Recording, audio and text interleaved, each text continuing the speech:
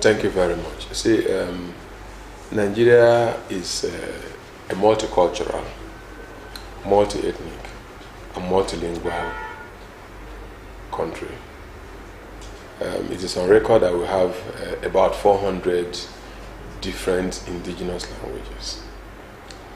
And urging or limiting Nigerians to 3 major languages, to my mind, is rather in contradiction of the Nigerian Constitution of the Federal Republic of Nigeria 1999 as amended, sections 15 and sections 42 expressly.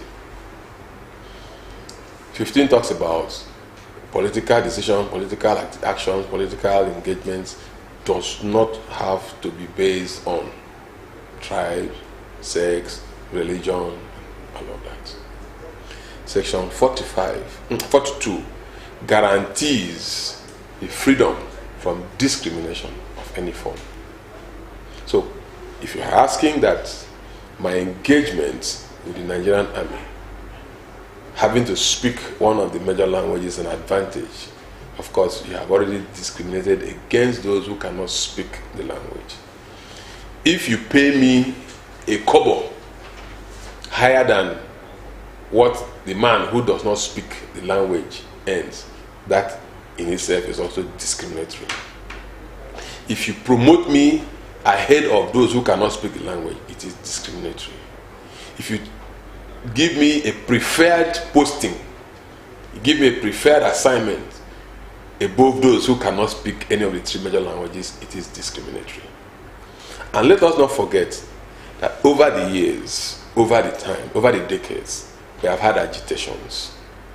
And most of the agitations we have had in this country are essentially based on non-inclusiveness or the perception of non-inclusiveness, the perception of marginalization, the perception of the fear of domination by a majority of Nigerians.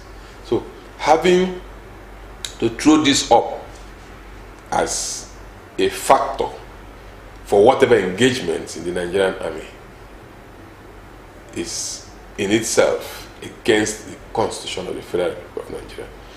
And by the oath of office that officers take, the 7th schedule of the Nigerian Constitution, part of it says that I will do good to all manner of persons, irrespective of whatever. You will not have higher affection for one against the other.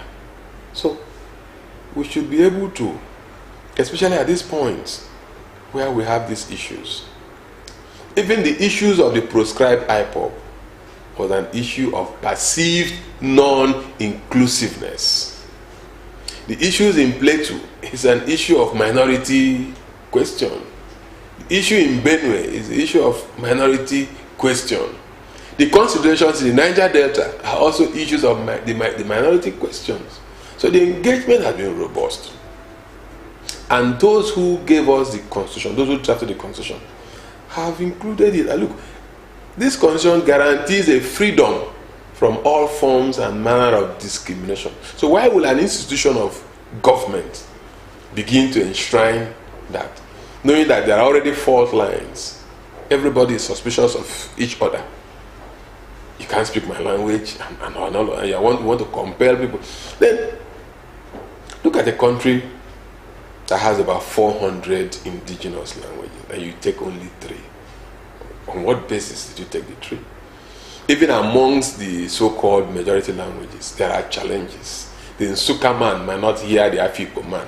So, what are we talking about? We have promoted the commonality of language by speaking English. I challenge them that if the fear is that we want to have a harmonized language in this country, pick a minority language and develop it to become a national language that everybody will speak. Pick my own language, the Obolo language, and let everybody speak the Obolo language. Then I know that yes, you have integrated us into the mainstream. Not to say, oh, You want to take the 3 major languages before you are recruited into the Nigerian army. You will be proficient in one of them. Those that are already there, by 2018, you must learn how to speak the language. It's unfair. It equates to linguistic enslavement. That is what I want to call it. Linguistic enslavement. You want to enslave the minority languages, which is also not allowable in this age and time. The opportunities are not there. Then you want to shrink the little ones that are available and reserve them for minority tribes, or you want to keep those ones for majority tribes. It doesn't follow, because if you don't allow people who cannot speak those languages to be engaged, you have restricted them. You have deprived them of opportunities that have come their way. And imagine what is happening to Nigerians and other African nationals in Libya, where people have become slaves in modern day history. People are sold for 400. You want to drive those that are from the minority, you want to drive them into those kind of.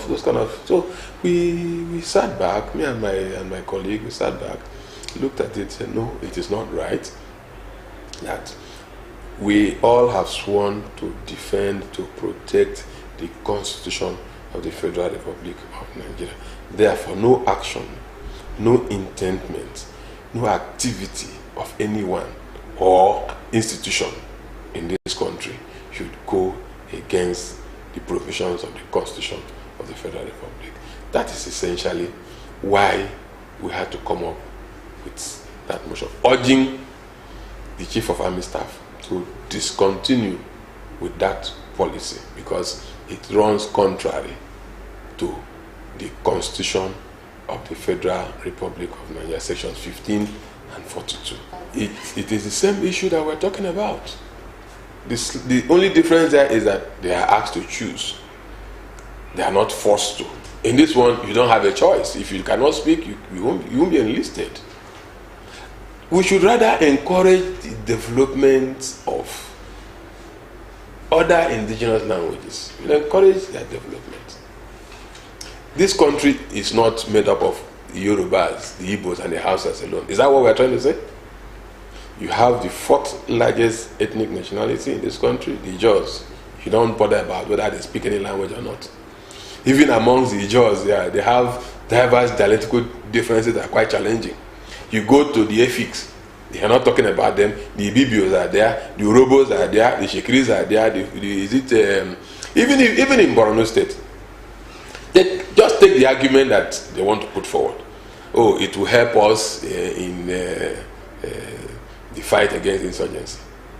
Do they speak Hausa as a majority language in Borno State? The answer is no. The entire Northeast, Hausa is not their major language. Hausa is not their major language. So it is neither here nor there.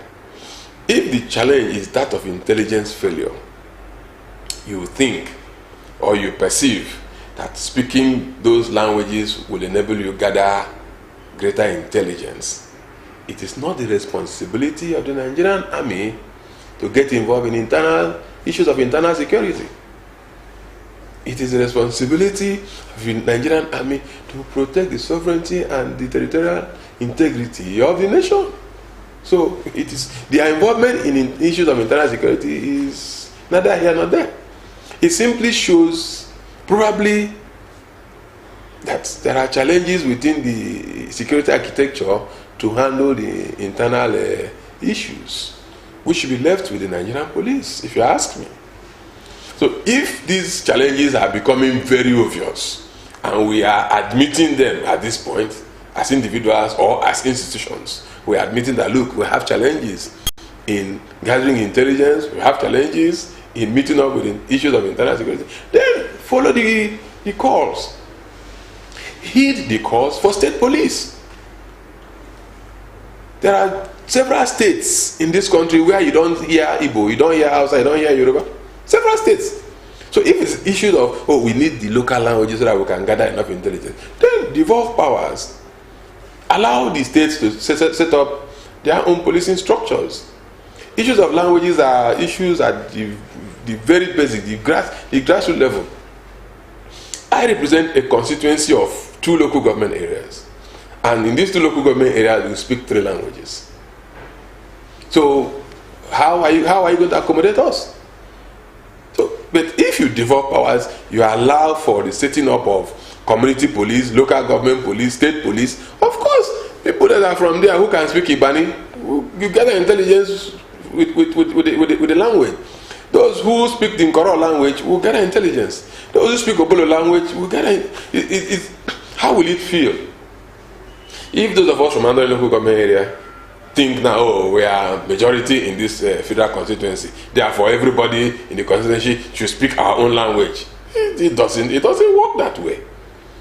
People are already having a feeling of non-inclusiveness, feeling of, oh, these people we don't even understand, and yet you want to further deepen the wahala. Let me use our common parlance. You want to deepen the wahala for everybody. So if you don't speak these 3 languages, you can't get it. No, it's not fair now.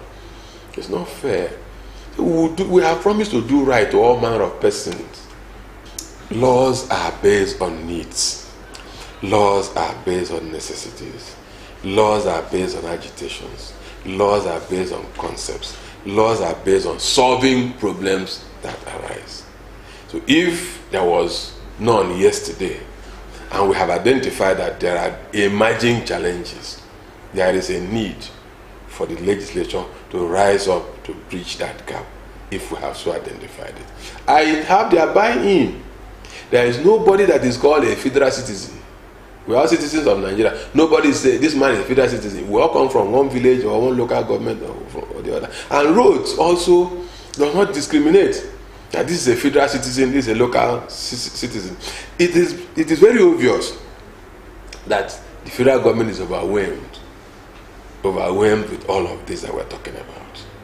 So, if it will be easier, better facilitated, to allow the states take over control of these roads, partner with the private sector, construct the roads for the use of their citizens, for the use of the citizens of the Federal Republic of Nigeria, for the good and the well-being of all, why not seed it? Whatever gray area that we need to legislate upon, we do that. If you want it to be told, they should tell us, oh, we are relinquishing this number of roads, this kilometer of roads, build it and get your money back. It will work well for Nigerians. I hear that someone said that Nigerian roads are not bad. Someone who should know says that Nigerian roads are not bad. I don't know about that. Nigerians are responding. Nigerians will continue to respond, because I don't know where he has traveled to. My village, there is no road. You can't even get to my village. And I'm sure that the last time I traveled to Warri from Port Harcourt, there were challenges on the road. If you want to go to Eleme, you want to go to Ne from Port Harcourt, there are challenges on the road. So I don't know which of the roads that are not bad. I don't know. I'm talking about the area where I come from. If you go to other areas in the southeast, it's the same thing. So I don't know which roads are not bad. If the state governor said, look, we can do these ones better, all we need is A, B, C, D. You sit down with them, evaluate their proposals. Some might be acceptable to you, some might be good, some might not be good. Then when you agree, it is not a matter of pride. It is a matter that would help Nigerians. That is exactly what we're talking about. And in terms of their agitations or their requests for greater funding, the Constitution of the Federal Republic did not put a limit to what the derivation percentage should be. It didn't put a maximum limit. What the Constitution said is minimum of 13% derivation, minimum. So if you want to give them 20%, if you want to give them 90%, the Constitution does not limit you in any way. We have been shouting, oh, we want to diversify the economy. How much of the diversification have we seen? The economy still derives the foreign revenue from oil and gas, essentially. That is where we still get all the foreign components of our funding, apart from the loans that we take here and there. So if those that are being affected directly by the impact of this, I say, look, please, can we have a little more to enable us cushion the effects? Because you and I know that to construct 1 kilometer of road in these areas, God is a very wise God. God is a very fair God. It's men that have tended to manipulate the fairness of God. Men tend to manipulate the fairness of God, using whatever advantage they have, using whatever strength they have. For God to have deposited so much hydrocarbon in the Niger Delta area, God knows that that area is challenged.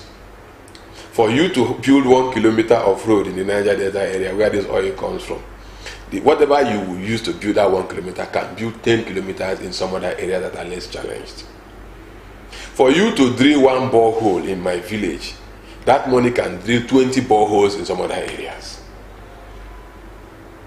Today, in the whole of the state where I come from, there are issues of black soot. As you and I are seated, before 5-10 minutes, everywhere you just see, if you touch any place, these are as a result of the activities that are going on within the area. And the activities are going on benefiting everybody. And you're not giving consideration to those who are suffering the impact the most. It's not fair. So if they have said, look, we require a little more, consider it. Consider it. Minimum 13%. So what stops us from saying, okay, let's give them 20%. Remember that there was a walkout at some point in one constitutional conference by people from the minority, because they said, please, can you just raise this thing a little bit and gradually take it beyond that point? Everybody, no, you can't. They walked out. They felt aggrieved. On the floor of the House of Representatives, we tried to honor one of the foremost environmental activists, Ken Sarawiwa. You and I know what happened. How the whole issue became a legal and constitutional matter as to justification or otherwise of what happened to him, the fate they suffered and all of that. The bus that, the commemorative bus that was sent from the UK was seized by the customs some time ago. So when you continue to do this to a people, because they are minority, it doesn't tell very good of us. So don't strangulate them further. They have borne and they are still bearing enough. It is our responsibility as members of the House to speak out for those who are not here. We are not here to look at the comfort of the office that we are seated. No. We are here because some people have sent us here. We are here because we are part of the system that has suffered these things. So we know where it pinches us. So let us vent it out. Let us tell, one day maybe they will hear. But are you now saying that lawmakers from the South should start kind of lobbying those ones from the other parts of the country? That is one of the requirements of Parliament. You must lobby. Probably we are not lobbying enough. Probably we are not lobbying enough. I want to encourage my brothers. I want to encourage my sisters. Please speak up. Tell the world the challenges that you have come with. That you are here. You came here riding on the challenges of your people. You came here riding on the hope that when we send this man there, at least something will happen to us on the positive side. Just speak, even if they don't hear. Keep talking. One day they will hear. It took so long a time for Moses to convince a Pharaoh. It wasn't as if they were not talking. It took Moses so long. Those of you who read the scriptures, it took Moses so long a time to convince one Pharaoh. He will go. He say, please now, let these people go. At some point, the Pharaoh will say, okay. No, he will say, no, I won't allow. He will go back again. He kept on talking. Even the final time when he said go, at the time, the Pharaoh said, no, why should I let you? So, if we have been talking, let us keep talking. One day, maybe we will talk up to the point of our freedom. We will talk up to the point of having water in our constituencies. Maybe we will talk up to the point of having light in our constituencies. We might talk up to the point of having health centers. We might talk up to the point where Nigeria will say, okay, let us give them road. Let us keep talking. This is democracy. Nobody should feel aggrieved to the point of being violent. Nobody should feel aggrieved up to the point of going to destroy the assets of state. All that we have is to continuously engage with others, continuously build synergy, build bridges. At some point, the understanding would come.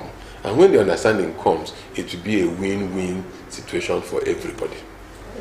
Honorable, what would be your contributions to the national media have reported it, that this is what is happening presently in Libya.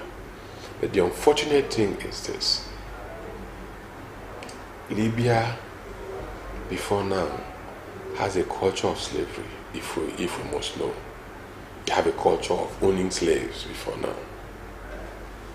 Libya was able to maintain a seeming stability under their former president. Things were not this bad when Gaddafi was the president of Libya. Now, Libya does not seem to me as a country that has a defined leadership. So it is challenging. There's a part of Libya that has a leadership recognized by the United Nations. What about the other areas of Libya? But apart from that, apart from the internal challenges of Libya as a country, what is driving our brothers? What is driving our sisters to this extent of really taking this risk? These are the salient issues that we have to talk about. It should bring to our mind the question of how do we grow this economy? How do we open up the economy? How do we create opportunities for people to be engaged? You wouldn't tell me that most of the people who are struggling to cross to Europe, if they had things that have settled them in here considerably, that the urge would still be high. Yes, there are people who probably out of ignorance would even sell off what they have here and think that the grass is greener on the other side. The grass may not necessarily be greener on the other side. But essentially, economic factors, economic considerations contribute so much to the challenge we're having on our hands. So we need to work harder. We need to look more inwards. We also will need to do a lot more of enlightenment. There are agencies of government in this country that are charged with that responsibility of enlightening Nigerians, letting us know what we need to know. We have the National Orientation Agency that should preach patriotism. We have the National Orientation that will tell us exactly what we need to hear, what we need to know. They should get back to like it used to be in those days. Speak the local languages, not the three major languages this time around. Speak the local languages, because there are people who are from the various areas working within the agency. Let them know. The survivors, those that have come back from Libya, they have stories to tell. How many of us have heard the stories from them directly, so that those that are not yet affected, who are so ambitious, would be at least able to benefit from the first-hand narrative of those who have been able to survive it and get back. We have a lot to do. We also would need to look closely at what we do. Even in some homes in this country, what is operational? What is operative? What is happening? There are people, I read on the social media the other day of a lady in Lagos who locked up a 13-year-old and traveled. Is that not a form of slavery? Even here. And that may not be a one-off incident. It's possible that there are others too, like that. House helps here and there, who you treat as if they don't have a hope. They don't have a home because they have come to. So it should be considered holistically. We solve the problems that are with us, open up the economy as much as we can, diversify the economy as much as we can, seek to create as many jobs as we possibly can create. You can see, the Nigerian nation state owes us that issue. He said the security and welfare of the citizens is the primary responsibility of governance. Every other thing is addition, is jara by our local palace. Every other thing is jara. The security and welfare of citizens of this country is the primary responsibility of government. To what extent are we doing? These are the things which we should look at. We have been singing diversification of the economy, diversification up to today. To what extent have we achieved it? Budgets, implementation, you can't really put a finger and say, okay, what do we even do with the capital budgets? That is a story for another day anyway. Because there are agencies of government where you find training of staff as capital component of the budget. How would training expand and open up the economy of the country? So it's a story for another day. So what we're saying is we should all put our hands on the deck and ensure that whatever opportunities we have here to benefit our citizens, we should maximize them so that we don't have scenes like that. When you watch some of those things, you begin to imagine, is this happening in this world or is it a different place? I saw a picture of a human being roasted alive.